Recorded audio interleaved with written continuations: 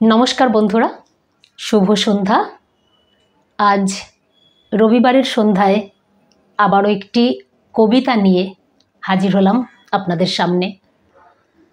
ছোটদের কবিতা, কবি সুকুমার রায়ের লেখা সৎপাত্র।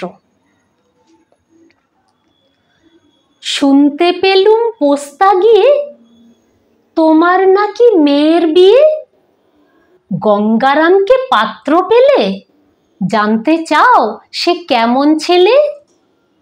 মন্দ নয় সে পাত্র ভালো, রং যদিও বেজায় কালো। তার উপরে মুখের গঠন অনেকটা ঠিক পেঁচার মতন। বিদ্যে বুদ্ধি বলছি মশাই, ধন্যী ছেলের অধ্যাবসায়।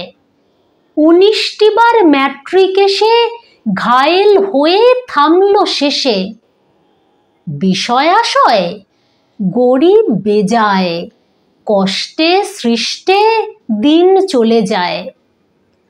মানুষ তো নয় ভাইগুলো তার, একটা পাগল একটা গোয়ার।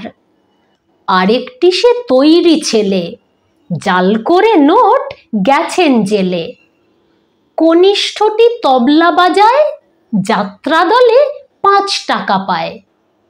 গঙ্গারাম তো কেবল ভোগে, পিলের জ্বর আর পাণ্ডু রোগে।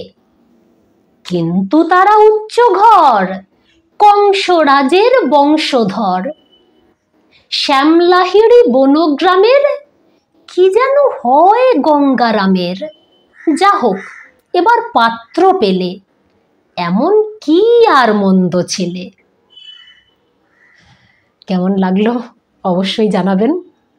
একেবারেই প্রস্তুত নই, মানে কোনো প্রিপারেশান নেই, জাস্ট ইচ্ছে হয়, যখন যেরকম মনে হয় তখন সেরকম করি। তো উইদাউট এনি প্র্যাকটিস, জাস্ট ইচ্ছে হলো করে দিলাম।